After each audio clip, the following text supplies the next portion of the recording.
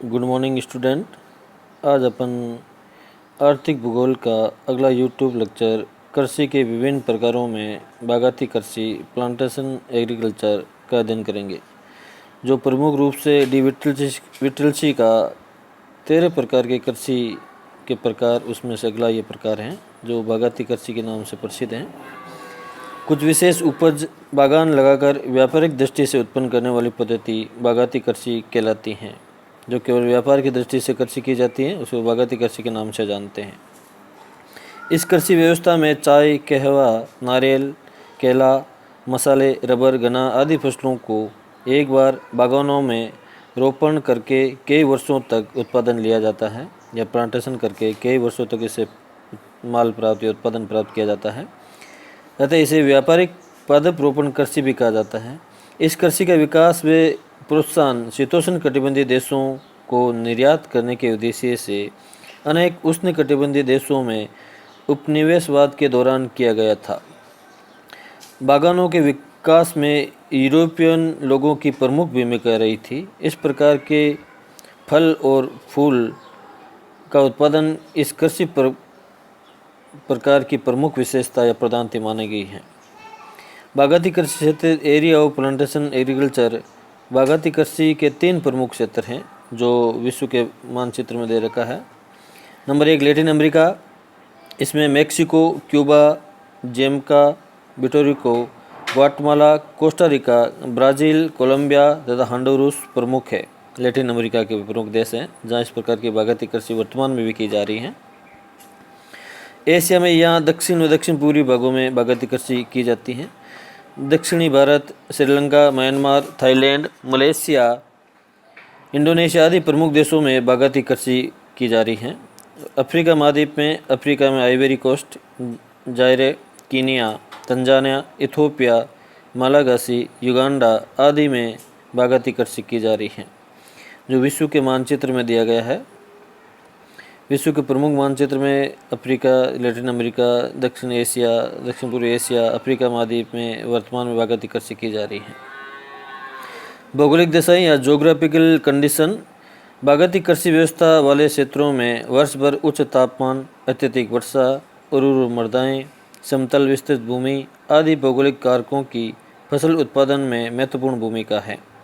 उच्च ताप एवं अत्यधिक नमी के कारण कभी कभी विविध प्रकार के रोग भी पौधों को लग जाते हैं, जिससे संपूर्ण बागान की फसल नष्ट हो जाती है और बागानों का स्थान भी बदलना पड़ता है। हवा की दिशा व गति, भूमि का ढाल, मिट्टी की प्रकृति एवं तटीय स्थिति भी बागानों की स्थिति को प्रभावित करते हैं। श्रम की प्रधानता के कारण ये कृषि अधिक जनघनत्व वाले उष्ण कटिबंधीय क्षेत्रों में अधिक उन्नति के साथ विकास कर रही हैं। परिवहन के साधनों की उपलब्धता के कारण समुद्र तटवर्ती प्रदेशों में बागाती कृषि का केंद्रीकरण मिलता है या अधिकांश की जाती है, या फिर छोटे छोटे क्षेत्रों में इस प्रकार की कृषि की बहुलता पाई जाती है। बागाती कृषि की विशेषताएं, इस कृषि पद्धति की निम्नलिखित विशेषताएं पाई जाती हैं। नंबर 1 बड़े पैमाने पर कृषि, बागाती कृषि बड़े बड़े फार्मों में की जाती हैं। प्राय बागान 20 से 40 हेक्टेयर तक होते हैं। फार्मों पर ही बागान, कार्यालय, फसल प्रशोधन के कारखाने, गोदाम, श्रमिकों के आवास आदि व्यवस्था रहती हैं।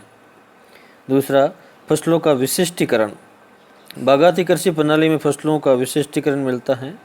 एक क्षेत्र में 1 या 2 फसलों का प्रमुखता से उत्पादन किया जाता है, जैसे ब्राज़ील में कहवा, मलेशिया में रबर, भारत में असम राज्य में चाय, दक्षिण भारत में तमिलनाडु, केरल, कर्नाटक में नारियल प्रमुख रूप से पैदा किए जाते हैं।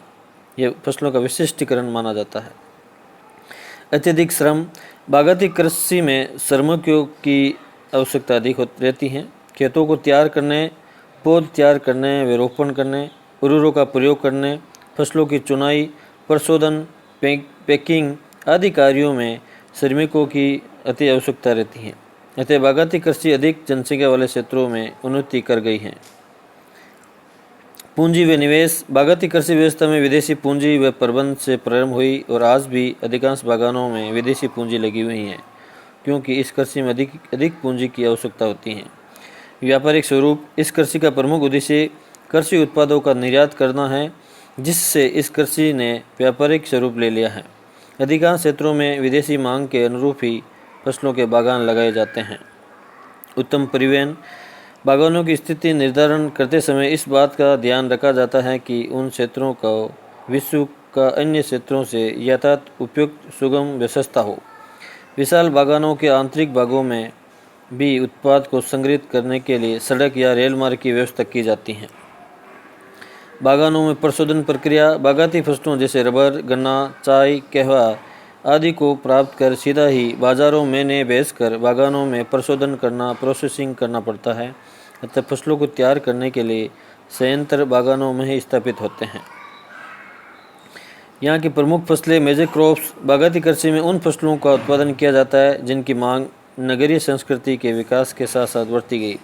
बागायती कृषि में निम्न फसलें पैदा की जाती हैं। नंबर 1, चाय। चाय के बागान भारत, श्रीलंका, चीन, Bangladesh, Indonesia, Malaysia, Iran, Kenya, Argentina आदि में विस्तृत हैं। रबर भूमध्य प्रदेश की प्रमुख उपज है जो मानसून एशिया में Malaysia, Indonesia, Thailand, Sri Lanka, Bharat, Singapore, Philippines, Africa के गिनी तटीय देश, गाना व नाइजीरिया तथा दक्षिणी अमेरिका में ब्राज़ील में पैदा किया जाता है। केवा। ब्राज़ील विश्व का सबसे बड़ा केवा उत्पादक देश है, जहाँ केवा के बागानों को फजंडा के नाम से जाना जाता है। इसके अलावा Colombia, Venezuela, Ecuador, Peru, Ivory Coast, Ghana, Angola, Uganda, Ethiopia, Bharat व इंडोनेशिया में भी केवा की कृषि की जाती है। नारियल। मानसून एशिया में नारियल बहुतायत से पैदा किया जाता है। Bharat, Sri Lanka, Indonesia, Philippine, Malaysia, Thailand, भूमध्य के अफ्रीका एवं तटीय दक्षिणी अमेरिका में नारियल की कृषि की जाती है। केला Bharat, Philippine, Indonesia, Malaysia, Singapore, Africa, दक्षिण अमेरिका के भूमध्य के प्रदेश में केले का बड़े पैमाने पर उत्पादन किया जाता है। अर्थात बागायती कृषि में मुख्यतः प्लांटेशन किया जाता है पहले, और इसमें पूंजी निवेश की अधिकता के कारण यूरोपियन लोगों ने सबसे पहले इसमें पूंजी का निवेश किया था, या उपनिवेश के रूप में जहाँ जहाँ यूरोपियन लोग या ग्रेट ब्रिटेन के लोग रहे वहाँ उन्होंने बागानों का निर्माण करके स्थानीय स्तर पर उनको श्रमिकों की आपूर्ति कम पैसे में मिल जाती थी। उन श्रमिकों को रख करके फसल का अधिकांश उत्पादन करने के बाद में ये वापस भूमध्य के प्रदेश से शीतोष्ण कटिबंधीय प्रदेशों में इस प्रकार की फसलों को परिवहन के साधनों का विकास करके निर्यात कर दिए जाते थे। अर्थात इसका अधिकांश बागायती कृषि का विकास भूमध्य के या इक्वेटोरियल या भूमध्य रेखा के आसपास विकास हुआ है। अधिकांश कृषि का उत्पादन यही होता है, जिसमें चावल है, चाय, रबर, केवा, नारियल, केला आदि का अधिकांश उत्पादन आदिम प्रकार से किया जाता है, और इसका अधिकांश निर्यात शीतोष्ण कटिबंधीय प्रदेश में या यूरोपियन कंट्रीज़ में या उत्तरी अमेरिका में इसका निर्यात कर दिया जाता है। अर्थात इसकी डिमांड के अनुसार, मांग के अनुसार इसकी आपूर्ति लगातार रूप से चलती जा रही है। तथा डी विटल के यह प्रमुख कृषि का प्रदेश है बागायती कृषि, जो कई बार एग्जाम की दृष्टि से भी महत्वपूर्ण इसमें पूछा जाता है कि बागायती कृषि में कौन कौन सी फसलें उत्पादित की जाती हैं, या निम्न में से कौन सी बागायती फसल है जिसमें चाय, रबर, केवा, नारियल, केला इस प्रकार के ऑप्शन देकर को आपको पता लगाना है। नेट के एग्ज़ाम में या सेट के एग्ज़ाम में या राजस्थान के विभिन्न प्रकार के जो एग्ज़ाम होते हैं उसमें बागायती कृषि से कई बार क्वेश्चन पूछे गए हैं, तो आपको इस अच्छे से याद करना है। इसका स्क्रीनशॉट लेकर के आप नोट्स बना सकते हैं, और बार बार इस वीडियो को देख करके आप इसको याद भी कर सकते हैं, जो एग्ज़ाम की दृष्टि से आपके लिए महत्वपूर्ण है। अतः आपको ये जो विभिन्न प्रकार के डी विटल के कृषि जलवायु प्रदेश है या कृषि के प्रकार है या 13 प्रकार के जो है उसको आपको बार बार रिपीट करके पढ़ना है। क्रम से आदिम प्रकार से अपन नवीन प्रकार की तरफ चलेंगे। अतः प्राचीन प्रकार की कृषि पद्धति से वर्तमान में ट्रक फार्मिंग की तरफ अपन चल रहे हैं। जैसे जैसे मानव का विकास हुआ उसी प्रकार से कृषि का भी विस्तार और विकास होता जा रहा है, और कृषि में भी प्राचीन पद्धतियों का विकास के साथ साथ नवीन प्रकार की जो तकनीकी है उसका यूज़ लगातार उससे बढ़ता जा रहा है। Thanks for watching.